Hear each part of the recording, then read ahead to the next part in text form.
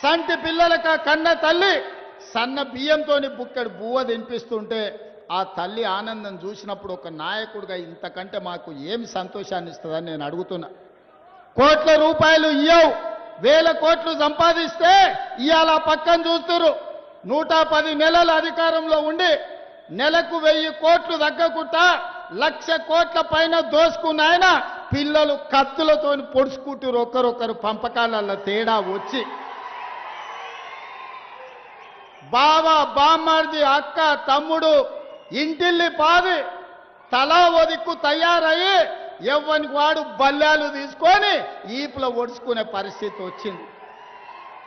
ఏం సంతోషమైన తండ్రికి 1,00,000 కోట్లు సంపాదించిండు, ఫామ్ హౌజులు ఇచ్చిండు, బంగళాలు ఇచ్చిండు, వ్యాపారం ఇచ్చిండు, టీవీలు ఇచ్చిండు, పేపర్లు ఇచ్చిండు, రాసుకోనికే పేపర్ ఇచ్చిండు, చూపించుకోనికే టీవీ ఇచ్చిండు. కానీ వాళ్ళకు ప్రశాంతత కానీ ఆనందం ఇవ్వగలిగిండా? దోపిడీ సొమ్ము ఇవాళ కుటుంబంలో చిచ్చు పెట్టింది.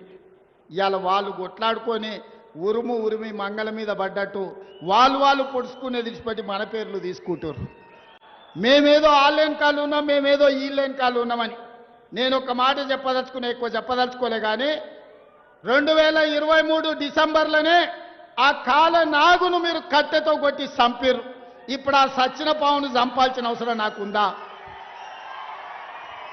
బీఆర్ఎస్ అనే పామును, ఇది కాలకూట విషం ఉన్నది, ఇది ప్రజలను దోసుకునే అనకొండ అని 4 కోట్ల ప్రజలు డిసెంబర్ 3 తారీఖు నాడు బండరాయితోని మోది ఆ కాలకూట విషమున్న కాల నాగును ఆయల్లనే తెలంగాణ ప్రజలు బొందబెట్టిరు, మాడ వలగొట్టిరు. ఇక సచ్చిన పావుని ఇవాళ నేను చంపాల్సిన అవసరం ఉన్నదే? మీ పంపకాలలో పంచాయతీ వస్తే కుటుంబ పెద్ద దగ్గర కూర్చోండి, తెగకపోతే కుల పెద్ద దగ్గరకు పోండి, అక్కడ కూడా తెగకపోతే మంత్రగాని దగ్గరకు పోండి. ఎందుకంటే ఏ పంచాయతీ తెగకపోతే మంత్రగాని దగ్గర పోయి కూర్చుంటారు. పోయి ఉన్న మంత్రగాన్ని చూసుకొని మీ పంచాయతీ తెంచుకోరు. అంతే తప్ప మమ్మల్ని లాగకండి. మీ కుటుంబ పంచాయతీల మాకు రేషన్ కార్డులు ఇచ్చే పని ఉంది, పేదోళ్ళకి సన్న బియ్యంతో అన్నం పెట్టే పని ఉంది, పేదవాడికి ఇందిరమ్మ ఇల్లు ఇచ్చే పని ఉంది, పేదవాడికి రైతు భరోసా 9 రోజుల్లో 9,000 కోట్లు ఇవాళ పేదోళ్ళ ఖాతాలు వేసినాం. 25,35,964 మంది రైతులకు 20,617 కోట్ల రూపాయలు రైతులకు రుణమాఫీ చేసినాం. రైతులకు రైతు భరోసా ఇవ్వడమే కాదు, రైతు రుణమాఫీ చేసి ఒక్క 18 నెలల్లో 1,04,000 కోట్ల రూపాయలు ఈరోజు పేదల ఖాతాల్లో రైతుల ఖాతాలో వేసినాం. అందుకే మిత్రులారా, ఈరోజు రేషన్ కార్డు కావాలన్నా, ఇందిరమ్మ ఇల్లు కావాలన్నా, సన్న బియ్యం కావాలన్నా, 50 లక్షల ఇళ్లకు 200 యూనిట్లు ఉచిత కరెంటు ఇచ్చినా ఈరోజు అది ఇందిరమ్మ రాజ్యంలోనే సాధ్యమైంది, ఈరోజు మన ప్రభుత్వంలోనే సాధ్యమైంది. ఇదే కాదు, ఇవాళ నేను ఒక మాట చెప్పదలుచుకున్నా. ఆనాడు పోడు భూములు ఇచ్చినాం, అసైన్మెంట్ పట్టాలు ఇచ్చినాం. ఇవాళ దాదాపుగా కొద్ది మందికే ఇంకా భూములు ఇచ్చే అవకాశం ఉంది. ఇవాళ భూములు అందుబాటులో లేవు. అందుకే మన దరిద్రం తీరాలన్నా, మనం బాగుపడాలన్నా విద్య ఒక్కటే మార్గం. మన తలరాతల్ని మార్చేది విద్యనే. అందుకే విద్య మీద ఈ సంవత్సరం 40,000 కోట్ల రూపాయలు ఖర్చు పెట్టి ప్రతి పేదవాడికి రేషన్ కార్డు, ఇందిరమ్మ ఇల్లు, సన్న బియ్యం ఇవ్వడమే కాదు, మీకు చదువు చెప్పించి మిమ్మల్ని డాక్టర్లను, లాయర్లను, ఇంజనీర్లను చెయ్యాలని ఇవాళ మన ప్రభుత్వం ప్రయత్నం చేస్తుంది. అందుకే 100 నియోజకవర్గాల్లో యంగ్ ఇండియా ఇంటిగ్రేటెడ్ స్కూల్స్ పెట్టడమే కాదు, 20,000 కోట్ల రూపాయలు పాఠశాలల నిర్మాణానికి ఖర్చు పెడుతున్నాం. డైట్ ఛార్జెస్ 40% పెంచినాం. కాస్మెటిక్ ఛార్జెస్ 200% పెంచినాం. రాబోయే రోజుల్లో అడ్వాన్స్డ్ టెక్నాలజీ సెంటర్లలో సాంకేతిక నైపుణ్యం నేర్పి మన పిల్లలకు ఉద్యోగ ఉపాధి అవకాశాలు కల్పిస్తాం. ఇవాళ సింగపూర్, సౌత్ కొరియా, జపాన్లలో అవకాశాలు ఇప్పటి వరకు ఖమ్మం జిల్లా నుంచి కానీ ఇతర జిల్లాల నుంచి ఈరోజు అమెరికాకు పోతున్నారు ఇంజనీర్లు చదివి. మరి అందరు ఇంజనీరింగ్ చదువుకోలేరు కదా, కొంతమంది ఐటీఐలు చదువుతారు. కొంతమంది పాలిటెక్నిక్ చదువుతారు, కొంతమంది డిగ్రీ చదువుతారు. మరి వాళ్ళకు ఉద్యోగాలు ఎట్లా? అందుకే ఈనాడు అడ్వాన్స్ టెక్నాలజీ సెంటర్లు ప్రారంభించడం. ప్రతి నియోజకవర్గానికి ఒకటి ఇచ్చే బాధ్యత నాది. వేలాది మంది విద్యార్థులు అందులో చదువుకోండి. మీకు సింగపూర్లో, సౌత్ కొరియాలో, జపాన్లో మీకు ఉద్యోగాలు ఇప్పించి మన బతుకుల్లో వెలుగులు తీసుకొచ్చే బాధ్యత నాది. అందుకే ఇక్కడ ఉన్న యువకులకు, వేదిక మీద ఉన్న నాయకత్వానికి నేను సూచన చేస్తున్నా. పేదల బతుకులు బాగుపడాలంటే పేదవాడు చదువుకోవాలి. విద్య ఒక్కటే మన బతుకులను మారుస్తుంది. మనం చదువుకుంటే బాగుపడతాం. ఒకప్పుడు ఆయన గొర్రెలు పెంచుకోండి, బర్రెలు పెంచుకోండి, చేపలు పట్టుకోండి, చెప్పులు కుట్టుకోండి అన్నాడు.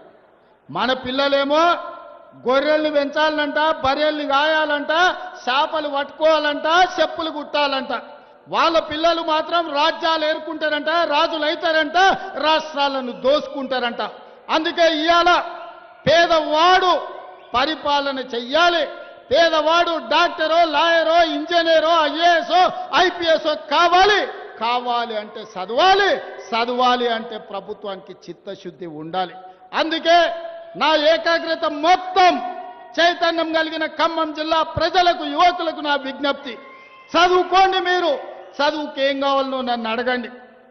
ఎవరో సహాయం చేస్తే బ్రతకడం కాదు, మనమే 10 మందికి సాయం చేసేటట్టు ఎదగాలి. ఆ ఎదగాలి అని అంటే ఇవాళ పేదరికం పోవాలి అంటే చదువుకోవాలి. అందుకే మిత్రులారా, ఏ మంచి కార్యక్రమాన్ని మొదలుపెట్టినా మీ ఖమ్మం జిల్లాకే నేను వస్తున్నా. ఇవాళ మీ జిల్లాకి ఇన్ఛార్జిగా కూడా నా మిత్రుడు శ్రీహరిని మీ జిల్లాకు పంపించిన. ఎందుకంటే నా పక్కనే నియోజకవర్గం, నాకు ఎప్పుడు అందుబాటులో ఉంటాడు. ఇంతకుముందు కూనంనేని రామశివరావు గారు, రామదాస్ గారు, ఆదినారాయణ, చాలామంది ఎమ్మెల్యేలు నాకు కాగితాలు తెచ్చిస్తారు. సార్ మా సమస్యలు ఉన్నాయి. నేను ఎమ్మెల్యేలకు, ఎంపీలకు సూచన, మంత్రి గారు రాబోయే 10 రోజుల్లో నియోజకవర్గాల వారిగా ఈ ఎమ్మెల్యేలను, ఎంపీలను పిలిచి మీ నియోజకవర్గాలలో పరిష్కరించాల్సిన సమస్యలు ఏమున్నాయో మీతోని కూర్చొని చర్చిస్తాడు. ప్రతిపాదనలు తెస్తాడు. కలెక్టర్లు, అధికారులతో మాట్లాడతాడు. వేదిక మీద నుంచి అధికారులకు కూడా నేను సూచన చేస్తున్నా, మీరు వారు తెచ్చే సమస్యల్ని ఏ విధంగా పరిష్కరించాలనో పరిష్కారంతో పాటు అంచనాలను వేసుకొచ్చి ఇవ్వండి.